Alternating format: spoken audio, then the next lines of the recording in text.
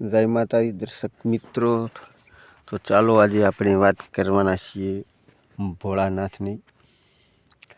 માતા પાર્વતીજી એ ભગવાનને એક પ્રશ્ન પૂછ્યો અને એ વાતનો જવાબ આપવા માટે ભોળાનાથે ઉદાહરણ રૂપે એક પાર્વતી માતાને કથા સંભળાવી.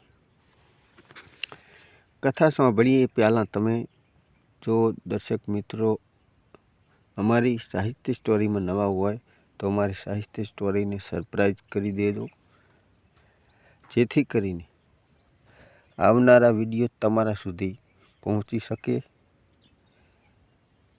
અને તમે જોઈ શકો.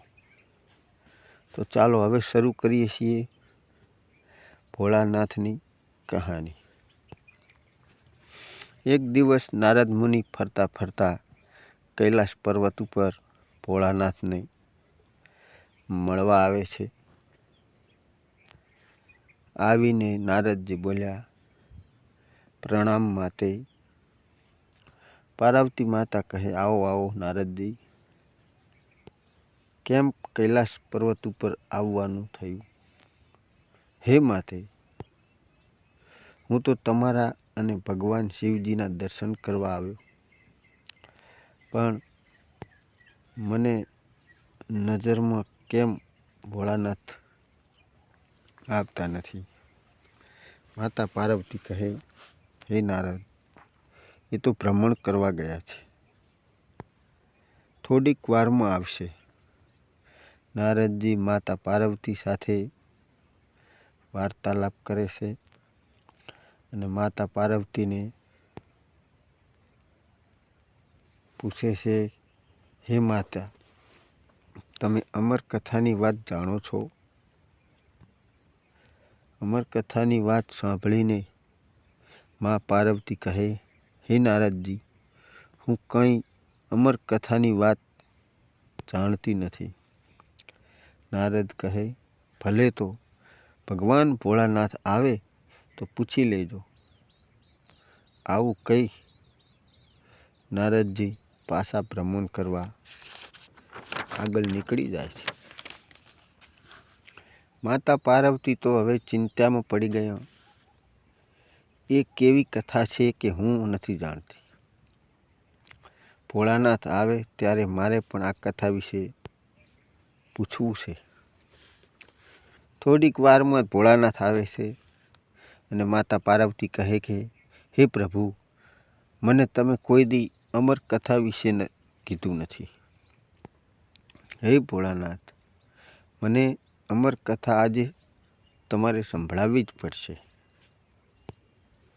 ભોળાનાથ કહે, ઠીક છે દેવી, આજે હું તમને એ અમર કથા સંભળાવીશ, પરંતુ થોડાક નિયમોનું તમારે દેવી પાલન કરવું પડશે.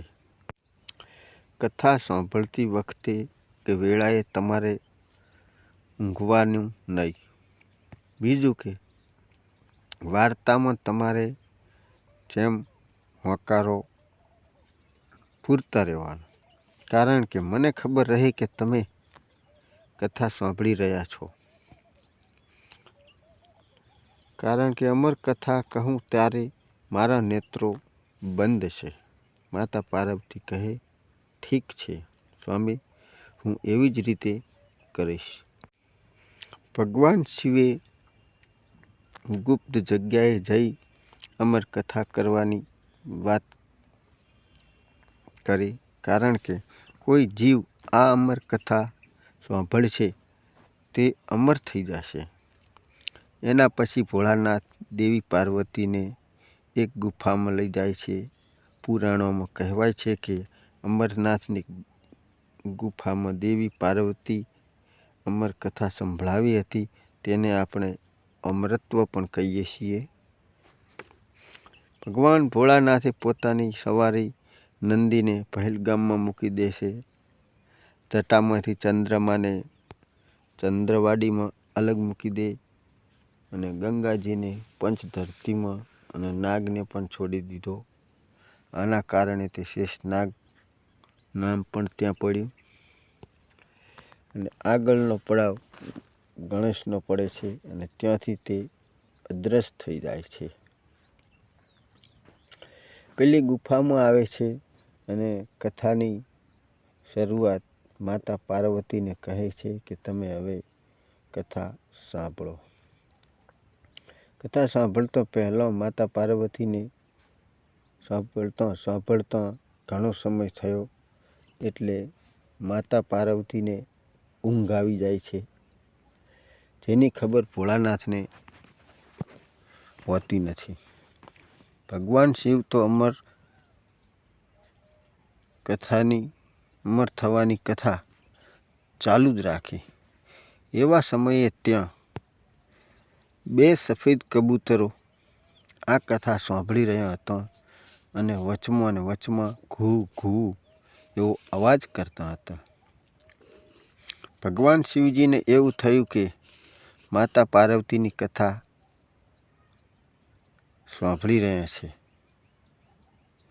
અને વચમાં હોંકારો આપી રહ્યા છે. આવી રીતે બેઉ સફેદ કબૂતરે અમર થવાની કથા આખી સાંભળી લીધી. કથા પૂરી થઈને શિવજીનું ધ્યાન માતા પાર્વતી ઉપર ગયું. ત્યારે દેવી ઊંઘી રહ્યા હતા. ભોળાનાથને એવું લાગ્યું કે દેવી પાર્વતી તો ઊંઘમાં છે. આ હોંકારો કોણે કરી રહ્યું હતું? અચાનક ભોળાનાથે જોયું કે બે સફેદ કબૂતરો આ કથા સાંભળી રહ્યો હતો અને ઘૂ ઘૂ એવો અવાજ આપી રહ્યા હતા. અચાનક ભોળાનાથ ક્રોધિત થઈ જાય છે અને તે કબૂતરને મારવા આગળ ચાલે છે અને કહે છે કે મારા ક્રોધથી તમને કોઈ નહીં બચાવી શકે. તમને આની સજા મળ્યા વગર રહેશે નહીં. ત્યારે કબૂતરો બોલ્યા, હે ભોળાનાથ, હે મહાદેવજી, અમને માફ કરો. અમે અજાણ્યા વગર તમારી આ અમર કથા સાંભળી. જો તમે અમને મારી નાખશો તો આ અમર કથા તમારી જુઠ્ઠી થઈ જશે. આ કબૂતરની વાત સાંભળી ભગવાન શિવજીનો ક્રોધ શાંત થયો. માતા પાર્વતી કહે, આ બે કબૂતરોનો કોઈ વાંક નથી. હું ઊંઘી ગઈ હતી. મેં તમારા આદેશનું પાલન ના કર્યું પ્રભુ. એટલા માટે આ બે કબૂતરોને તમે માફ કરી દો. ભગવાન ભોળાનાથ કહે, જાણે અજાણે છતાં કબૂતરોએ અમર કથા સાંભળી લીધી હતી. એટલા માટે તે બેઉ કબૂતર અમર થઈ ગયા છે અને ભગવાન શિવજીએ કબૂતરોને માફ પણ કરે છે અને ત્યાં કબૂતરો ઉડી જાય છે. અને આજે પણ કહેવાય છે કે ભક્તોને કબૂતરોનું જોડું દર્શન આપે છે. ત્યારથી આ ગુફા અમર કથા પડી અને બીજું નામ કે અમરનાથની ગુફા પણ આજે તે કહેવાય છે. બીજી એક પણ વાત ભોળાનાથની છે. એક દિવસ ભગવાન ભોળાનાથ કૈલાસ પર્વત ઉપર પૃથ્વી પર ભ્રમણ કરવા નીકળ્યા. આ જોઈ માતા પાર્વતી પૂછે છે, હે પ્રભુ, તમે ક્યાં જઈ રહ્યા છો? માતા પાર્વતીને શિવજીએ કીધું, હું પૃથ્વીલોક જઈ રહ્યો છું. માતા પાર્વતી પણ બોલ્યા કે હે પ્રભુ, મને પણ તમારી સાથે પૃથ્વીલોક પર ભ્રમણ કરવા લઈ જાઓ. ભોળાનાથને માતા પાર્વતીને ના પાડે છે, છતાં પાર્વતી તૈયાર થઈ પૃથ્વીલોક જવા નીકળે છે. મહાદેવ સાથે માતા પાર્વતી પૃથ્વીલોકમાં પહોંચી ગયા. પૃથ્વીલોકમાં ફરતે માતા પાર્વતીને ભૂખ લાગે છે. મહાદેવ, મને ભૂખ લાગી છે. ચાલો આગળ હું તમને ભોજન કરાવું. આગળ ચાલતા એક ઘર આવે છે અને મહાદેવ તે ઘરના દરવાજાને ખખડાવે છે અને તે ઘરમાંથી એક શેઠાણી બહાર આવે છે અને બોલે, શું જોવે છે મહારાજ? મહાદેવજીએ કીધું, અમારે ખીરખાંડનું ભોજન કરવું છે. આ સાંભળીને શેઠાણી બોલી, જો તમારે ખીરખાંડનું ભોજન કરવું હતું તો તમારા ઘરમાં બનાવી કેમ ના કાઢો? આવું કહી શેઠાણી ઘરનો દરવાજો બંધ કરી અને ઘરમાં જતી રહે છે. પછી માતા પાર્વતી, શેઠાણી તો પોતાના ઘરમાં જતી રહી છે. પછી માતા પાર્વતી અને મહાદેવજી ધીરે ધીરે આગળ ચાલે છે. ત્યાં તેમને એક વૃદ્ધ ડોશી મળે છે. એ ડોશીના ઘરે જાય છે. ડોશી બોલે, આવો આવો મહારાજ, તમારે શું જોઈએ? આવો આવો મારી ઝૂંપડીએ બેસો. આવો મીઠો આવકાર આપે છે. ત્યારે મહાદેવજી બોલ્યા, પાર્વતીને ખીરખાંડનું ભોજન કરવું પડશે. ત્યારે વૃદ્ધ ડોશી કહે, તમે બંને બેસો, હું હાલ જ બનાવી આવું છું. અને પોતાના નાનકડી તૂટેલી ઝૂંપડીમાંથી લોટો પકડી તે બહાર નીકળે છે અને મહાદેવ પૂછે છે કે ક્યાં જાઓ છો? ત્યારે વૃદ્ધ ડોશી કહે, દૂધ, ખાંડ અને ચોખા લેવા જઈ રહી છું. ત્યારે ભોળાનાથે કહ્યું, તમારા ઘરમાં જઈને જુઓ, દૂધ, ખાંડ અને ચોખાના વાસણો છલોછલ છલકાઈ રહ્યા છે. હવે તો વૃદ્ધ ડોશીએ ખૂબ જ સારી ખીર બનાવી માતા પાર્વતી અને ભોળા શંભુને પેટ ભરીને ખીર ખવડાવી. તોય ખીર તો ઘણી વધી. ત્યારે વૃદ્ધ ડોશી કહે, મહારાજ, આ વધેલી ખીરને હું શું કરું? મારા ઘરમાં તો કોઈ જ નથી. ત્યારે ભોળાનાથ કહે, હે ડોશી માં, તમારી આંખ બંધ કરી પાછી તમે ખોલો. વૃદ્ધ ડોશીએ તો પોતાની આંખો બંધ કરી અને પછી ખોલી તો અચાનક વૃદ્ધ ડોશીના ઘરમાં દીકરો, વહુ, પુત્રો અને પુત્રી એમ જોઈ એનો પરિવાર બની ગયો અને ડોશીમાં તો આનંદમાં છવાઈ ગયા. આ જોઈ વૃદ્ધ ડોશી કહે, મહારાજ, આ મારા પરિવારને રાખીશ હું ક્યાં? મારી પાસે તો આ નાનકડી ઝૂંપડી છે. ભોળાનાથે જાતા જાતા વૃદ્ધ ડોશીને સુંદર મહેલ જેવું ઘર પણ બનાવી દીધું. વૃદ્ધ ડોશીમાં તો હવે વધેલી ખીર લઈ ઘરે ઘરે આપવા જાય છે અને પેલી શેઠાણીના ઘરે પણ આપવા જાય છે. ત્યારે શેઠાણી કહે છે, ઘરમાં ખીર ક્યાંથી આવી? ત્યારે તારે તો ખાવાના પણ ફાંફા હતા.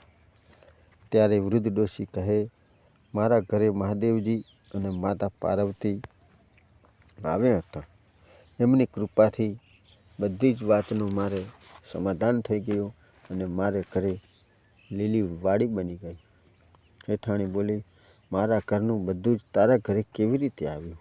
મારી પાસે કશું જ રહ્યું નથી. આ તો માતા પાર્વતી અને ભોળાનાથનો પ્રતાપ.